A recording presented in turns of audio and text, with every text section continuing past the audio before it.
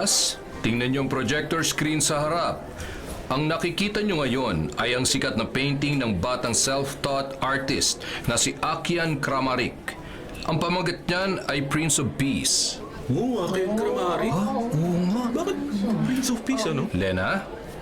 Lena, nakikinig ka ba sa lecture natin?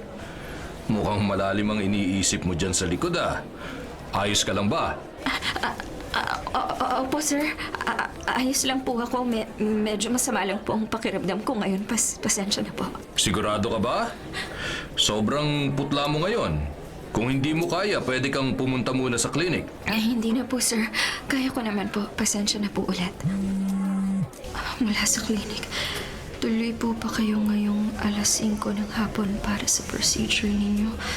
Miss Lena, tuloy na tuloy ako. Wala na akong ibang paraan.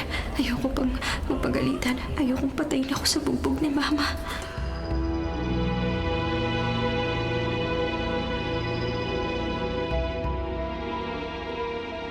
Ang sakit. Ang sakit ng puso ko.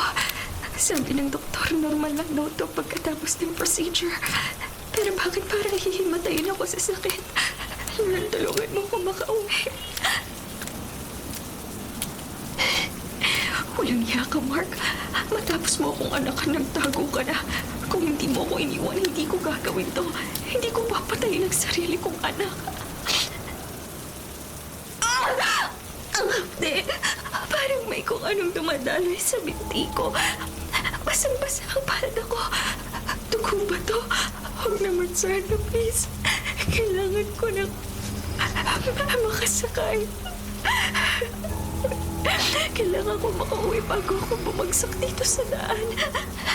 Kumusta ka, Nene? Okay ka lang ba? Sobrang putla mo na. Para ka ng papel. Ano po? Okay lang po ako. Medyo nahihilo lang po dahil sa biyahe. Nahimatay ang babae! Ako nang bahala sa kanya. Itabi niyo ang bus sa pinakamalapit na ospital. Ako na ang magdadala sa kanya.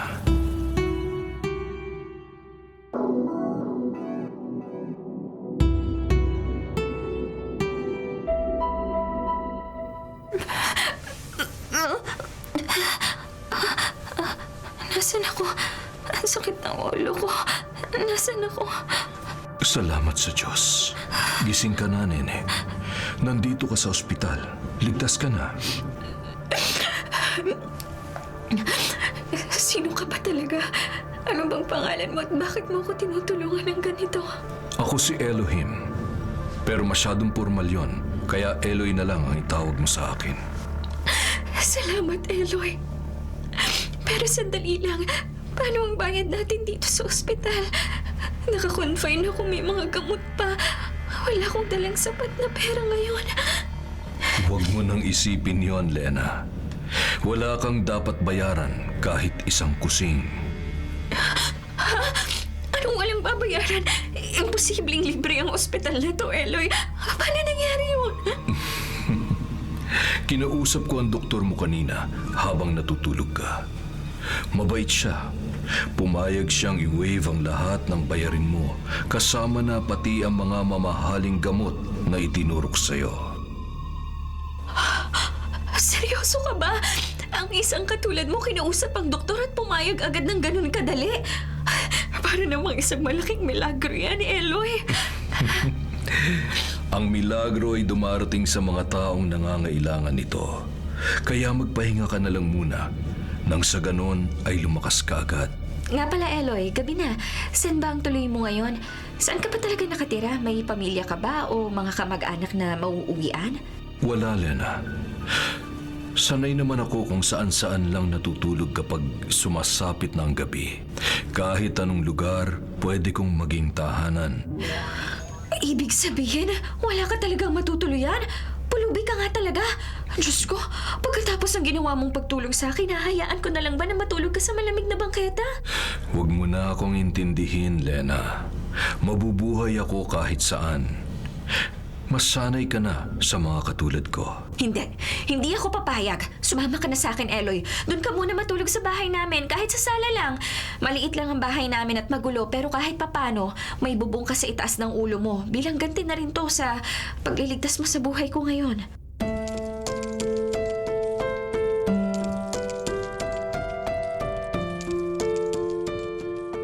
Nandito na tayo sa bahay namin, Eloy. Pasensya ka na, medyo madilim at magulo talaga dito sa tapat ng daanan namin eh. Lena! Sa wakas at umuwi ka rin bata ka! Akala mo ba hindi ko alam mga kalokohan mo, ha? Kanina pa kita hinahanap at... Sino ang kasama mong ito, Lena? Bakit may kasama kang ganyang lalaki? Si Eloy po. Siya po yung tumulong sa akin sa daan nung sumama ang pakiramdam ko kanina. Wala po siyang matutuluyan ngayon, kaya sabi ko dito na muna siya matulog sa sala natin. Kahit ngayong gabi lang po. Eloy ang pangalan mo? Pasensya ka na sa itsura ng bahay namin, ha? Medyo magulo talaga rito ngayon. Magandang gabi po sa inyo, Aling Elisa. Maraming salamat po sa pagpapatuloy ninyo sa akin dito sa inyong tahanan. Ano po? Teka, seryoso ba kayo? Kilala ko kayo na mataray at madamot sa mga estranghero. Pero bakit napakabait niyo ngayon kay Eloy? Parang hindi kayo si Mama. Tumahimik ka nga dyan, Lena. Bisita natin siya, kaya dapat lang na maging mabait tayo. Sige na, Eloy. Pumasok ka na sa loob ng bahay at doon ka na muna magpahinga sa sofa namin. Maraming salamat po muli, Aling Elisa. Napakabuti ng inyong kalooban.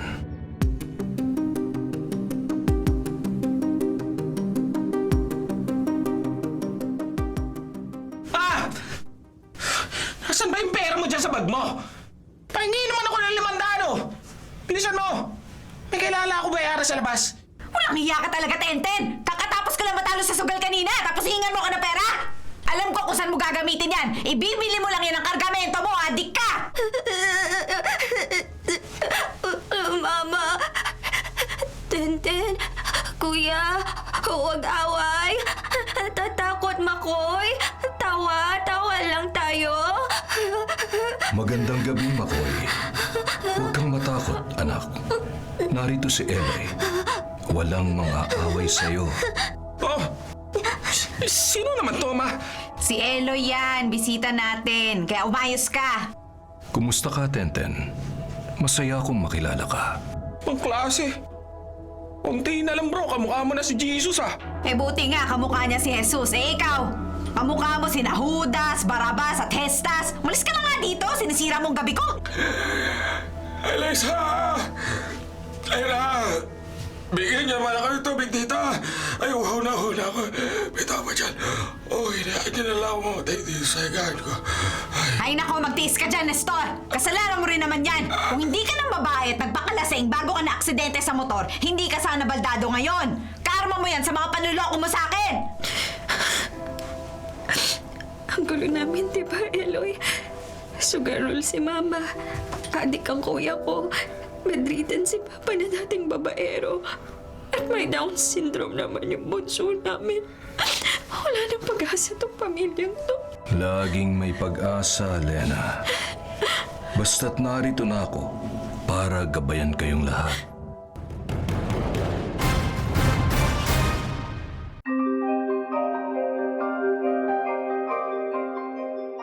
Aling Elisa, gabi na.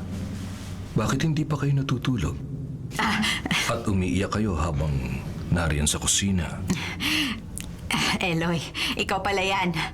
Nag-aayos lang ako rito ng mga gamit. Hindi kasi ako makatulog eh. Mabigat ang iyong dinadala, Aling Elisa. Ramdam ko ang lungkot at bigat sa puso mo habang hawak ang mga barahang yan. Ang totoo niyan, Eloy, ayaw ko na ang buhay na ito. Pagod na ako. Nagigilty ako araw-araw kasi alam kong hindi ako naging mabuting ina sa mga anak ko. At hindi rin ako naging mabuting asawa kay Nestor. Ang pag-amin sa sariling pagkakamali ang unang hakbang para sa tunay na kapayapaan, Elisa. Alam mo, Eloy, Nagtataka talaga ako sa sarili ko. Napakataray kong tao. At napakahigpit ko sa mga estranghero. Pero bakit sa'yo? Bakit sa'yo ang gaan-gaan ng loob ko? Hindi pa kita lubos na kilala pero nagtiwala ako agad sa'yo na patuloyin ka rito sa bahay namin. Parang may kakaiba sa'yo na nagpapatahimik sa galit ko. Dahil nakikita ng puso mo ang hangarin ko na tulungan kayo. Narito ko para makinig sa mga pagsisisi mo, Elisa.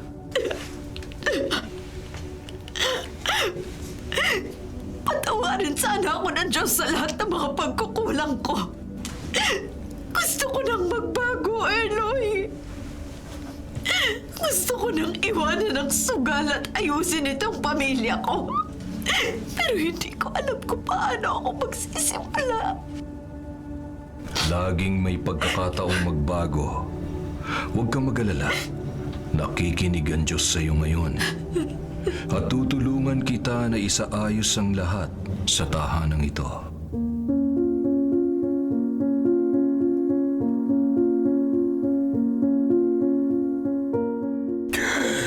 Elisa!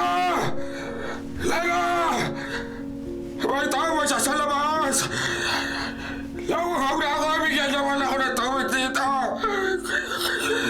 Mababayaan din na lang ba talaga ako mamamatay sa uwang dito sa higaan ko? Nestor, narito ang tubig mo. Dahan-dahan lamang sa pag-inom. Sino ka? Kaking pulupin pinatuloy ni Elisa sa sala, diba? Nasaan ba si Elisa? Bakit ikaw nagdala ng tubig sa akin? Tulog na si Elisa dahil napagod siya sa maghapon. Kaya ako na lang ang nagdala ng tubig para sa'yo. Inumin mo ito para gumaan ang iyong pakiramdam. Akin na.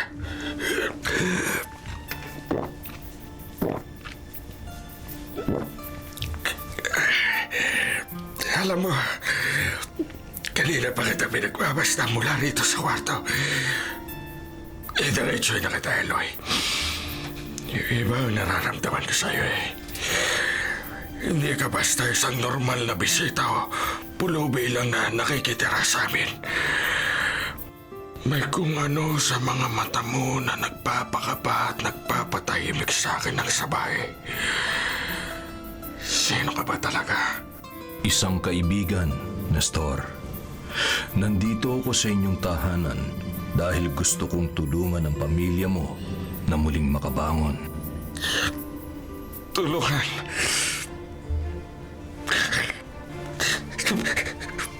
Paano mo patutulungan sa katulad ko? Tingnan mo ako, Eloy! Paldado na ako! Bedridden! Walang kwenta! Karma ko to dahil napakasama ako nung malakas pa ako. Nang babae ako, naglasing. Pinabayaan ko sila Elisa at ang mga anak ko. Nagsisisi ako, Eloy. Napakarami ko kasalanan sa kanila at sa Diyos. Pero wala na ang lahat para sa akin. Walang huli para sa Diyos, Nestor. Nakikita niya ang bawat patak ng luha mo ngayon at ang tapat na pagsisisi sa puso mo. Pinapatawad ka na niya, kaya huwag mo nang sisihin ang iyong sarili. Narito ako para aluin ka.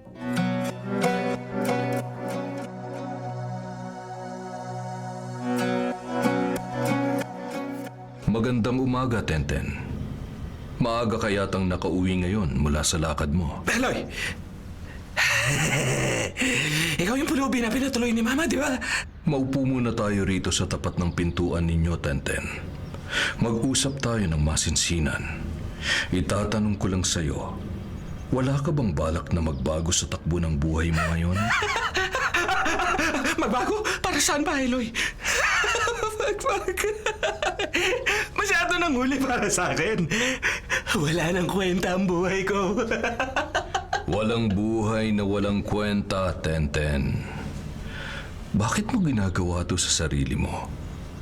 Bakit ka gumagamit ng mga ipinagbabawal na gamot na yan? Dahil pagod na ako, Eloy.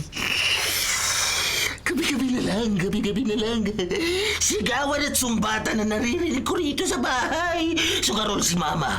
Palado si Papa. May sakit si Makoy at si Lena naman laging balisa.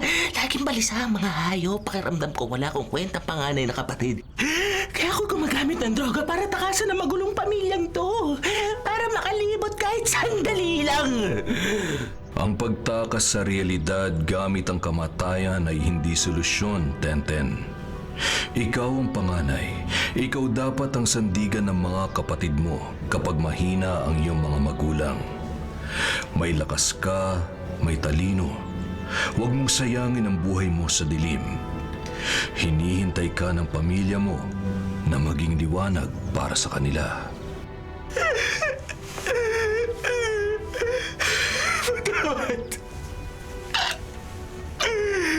Patawarin niyo po ako. Tulungan mo ako. Ayoko na ng ganitong buhay. Patawarin mo ako, Panginoon. Patawarin mo ako sa lahat ng mga kasalanan na nagawa ko at sa pagkasira ng katawan ko. Gusto ko na magbago. Please, tulungan niyo po ako. Naririnig ng Diyos ang bawat hikbi mo, Tenten. Pinapatawad ka na niya. At simula sa araw na ito, tutulungan kitang maglakad patungo sa liwanag ng pagbabago.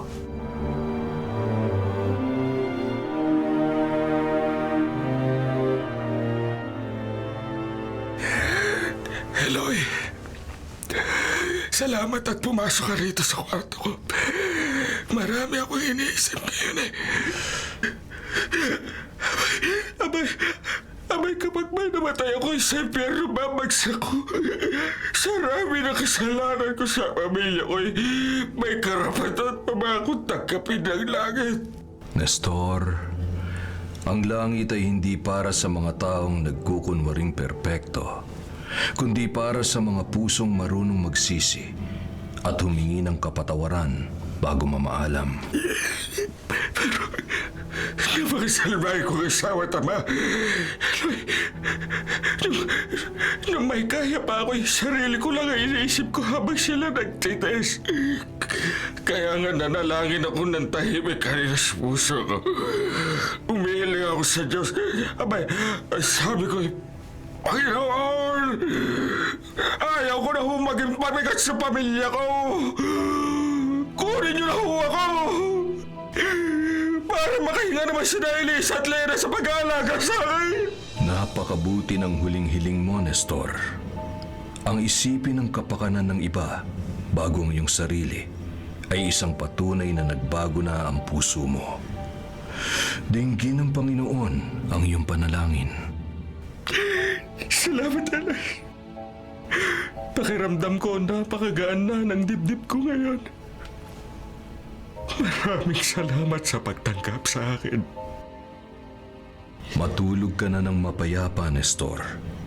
Tapos na ang paghihirap mo. Makakapagpahinga ka na ngayon sa piling ng Ama.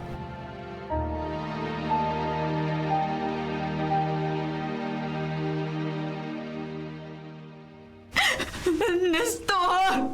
Nestor, gising! Bakit parang hindi ka na humihinga? Nestor, huwag mo naman akong iwan ng ganito! Papa, gumising po kayo! Huwag niyo kaming iwan, Papa! Eloy, ano nangyari kay Papa? Bakit bigla na lang siya naging ganito? Huwag na kayong umiyak ng may pighati, Lena. Elisa, mapayapang pumanaw si Nestor. Ilang minuto lang ang nakalilipas matapos niyang ihingi ng tawad ang lahat ng kanyang mga naging kasalanan. Nestor, patawarin mo rin ako. Patawarin mo ako sa mga naging kasalanan ko sa iyo at masasakit na salitang ibinato ko sa iyo nung mga nakaraang araw. Mahal kita, Nestor. Kahit gano'n ang nangyari sa atin.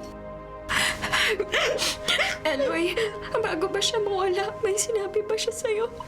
Nagdusa ba si Papa bago siya tuluyang nalagutan ng hininga? Hindi siya nagdusa, Lena. Tinanong niya ako kung sa impyerno ba ang bagsak niya dahil sa rami ng mga pagkakamali niya noong araw. Ngunit tiniyak ko sa kanya na ang tapat niyang pagsisisi ay sapat na para tanggapin siya ng Ama sa Langit. Ang huling hiling niya ay ang wag nang maging pabigat sa inyo at dininig naman yon ng Diyos.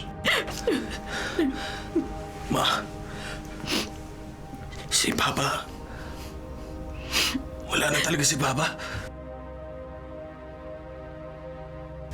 Tawad pa. Patawad dahil hindi ako naging mabuting anak sa'yo. Bago ka nawala.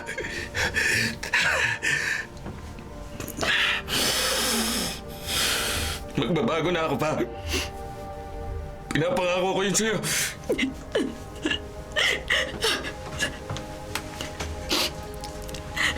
Eloy, kung hindi dahil sa pagdating mo sa bahay na ito, baka namatay si Nestor na puno ng galit at puot ang puso naming lahat.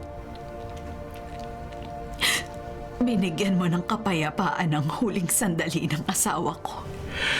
Yan ang dahilan kung bakit ako napadpad sa tahanang ito, Elisa. Upang paghilumin ang mga sugat ng inyong mga puso bago ang kanyang paglisan. Tapos na ang kanyang misyon at magsisimula na ang bagong yugto ng inyong buhay.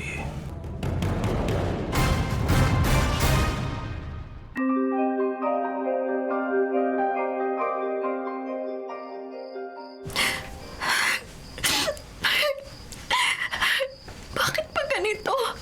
Bakit masunod-sunod yung parusa sa akin? Ang sakit-sakit na ng dibdib ko. Hindi ko na kaya. Malalim ng gabi, Lena. Bakit mag-isa ka rito sa labas? At umiiyak ng ganyang katindi? Eloy, kailan ba matatapos ang mga pagsubok sa pamilya ko? Kakalabas ko lang ng ospital. Tapos ngayon si Papa naman ang nawala sa amin. Pakiramdam ko sa sabog na yung puso ko sa bigat ng lahat ng toy. Ang mga pagsubok ay hindi parusa, Lena, kundi apoy na nagpapatibay sa ating pagkatao. Alam kong mabigat, pero may dulo ang bawat gabi.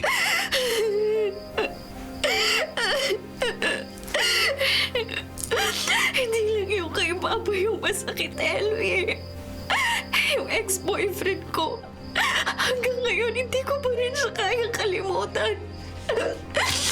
Kahit iniwan niya ako nung nalaman niyang buntis ako. Kahit ganun yung ginawa niyang kawalang iyaan sa akin. Mahal ko pa rin siya. Bakit ganun? Bakit ang tanga-tanga ko? Hindi ka tanga, Lena. Nagmahal ka lang ng totoo. Pero ang tunay na pagmamahal ay hindi nagpapakulong sa'yo sa pananakit ng isang taong tumalikod sa kanyang obligasyon.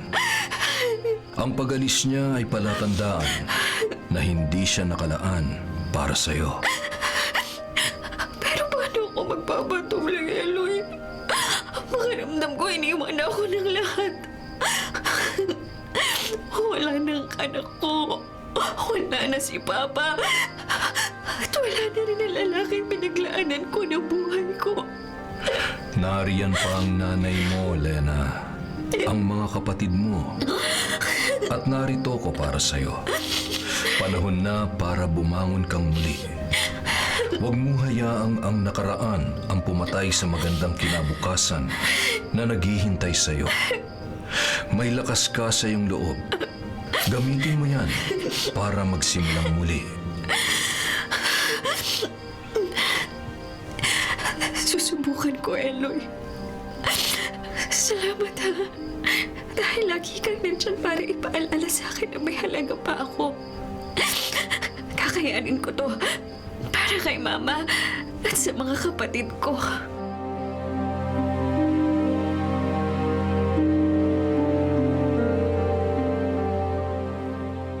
Ma, pwede ba tayong mag-usap sandali dyan sa tabi? May kailangan lang po talaga akong aminin sa inyo ngayon habang nandito pa po si Papa. Ano yun? Ano yun, Lena? Bakit parang takot na takot ka at namumutla ka dyan? Sabihin mo na, anak.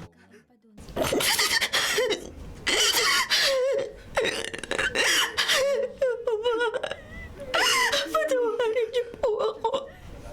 Anong gabi pong dinala ako ni Eloy sa ospital? Nagpalaglag po ako ng bata. Natakot po ako kasi iniwan ako ng boyfriend ko. Tapos alam ko magagalit kayo kaya nagawa ko yun. Patawan po, Ma. Ay, Diyos ko, Lena. Patawarin mo rin ako, anak. Patawarin mo ako kung naging marahas ako. Kaya natakot kang ganyan sa akin. Kung naging mabuti lang akong ina, hindi mo sana kailangang dumaan sa ganyang katinding hirap at takot na mag-isa. Ma, hindi niyo po ba ako sasaktan? Hindi kayo pilit sa akin pagkatapos ng napakalaking kasalanan nagawa ko. Hindi, anak. Sapat na ang pinagdaanan mong hirap. Sabay nating hihilingin ang kapatawaran sa Diyos ngayon. Magtutulungan tayo para makabangon ang pamilya natin.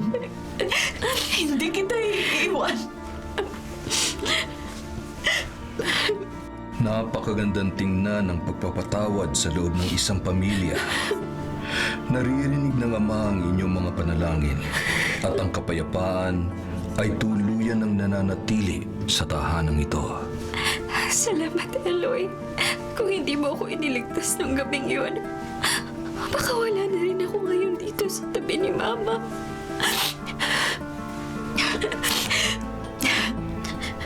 Tapos na ang gabi, Lena.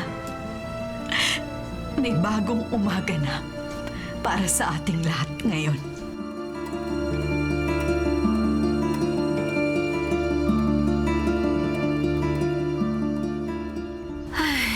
Napakasarap naman ng hangin dito sa Parque Eloy. Ngayon ko lang ulit naramdaman tong katahimikan sa buong buhay ko. Ayos ka na ba, Lena? Nawala na ba kahit papaano ang bigat dyan sa dibdib mo? Habang pinagmamasdan ang buong paligid. Oo, Eloy. Ayos na ako. Alam mo, dahil sa pagdating mo sa buhay namin, nabuo ulit ang pamilya namin na akala ko rati wala nang pag-asa. Dahil sa'yo, natutunan kong patawarin ang sarili ko sa mga malalaking pagkakamali ko noon. Hindi ko alam kung paano ka pasasalamatan sa lahat ng ginawa mo para sa amin. Mabuti kung ganoon, Lena. Masaya ako na nakikita kang nakangiti ngayon. Tapos na ang misyon ko para sa inyo. Magpakabait ka palagi. Alagaan mo ang nanay mo, gayon din ang iyong mga kapatid. Anong ibig mong sabihin tapos ng misyon mo, Eloy? Aalis ka na ba sa bahay namin? Saan ka naman pupunta ngayon? Eloy?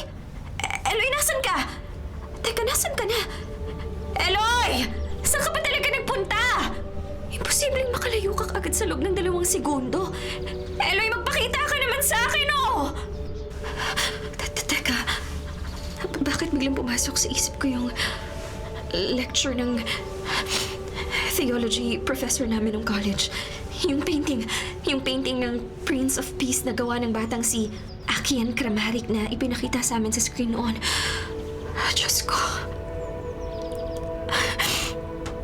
Ang hugis ng mukha.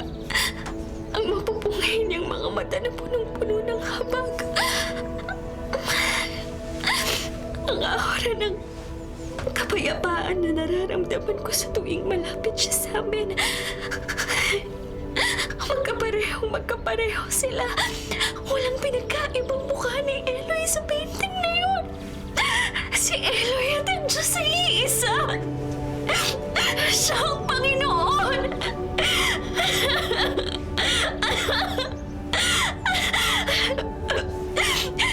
Naging isa ka sa amin. Nakipamuhay ka sa amin sa gitna ng kahirapan at dumi ng bahay namin. Ginawa mo yun para iligtas kaming buong pamilya sa pagkakasira. Hinawakan ko ang kamay mo. Pinakain ka namin. Pero ikaw pa lang nagpakain sa mga kaluluwa namin. Salamat, Panginoon! Salamat dahil hindi mo kami pinabayaan sa dilim. Hindi ka namin makakalimutan, Eloy.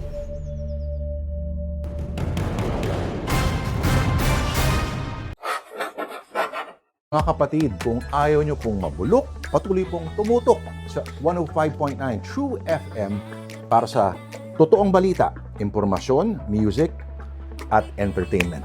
Mag-subscribe po sa aming YouTube channel, pati na rin sa podcast namin at sundan kami sa Facebook, sa Instagram, X, at TikTok sa @True Network PH. Bisitahin ang aming website, bagong-bago, sariwang-sariwa, truefm.ph. Kami ang 105.9 True FM, laging true sa'yo, kapatid. Tayo sa totoo, tunay at tapat.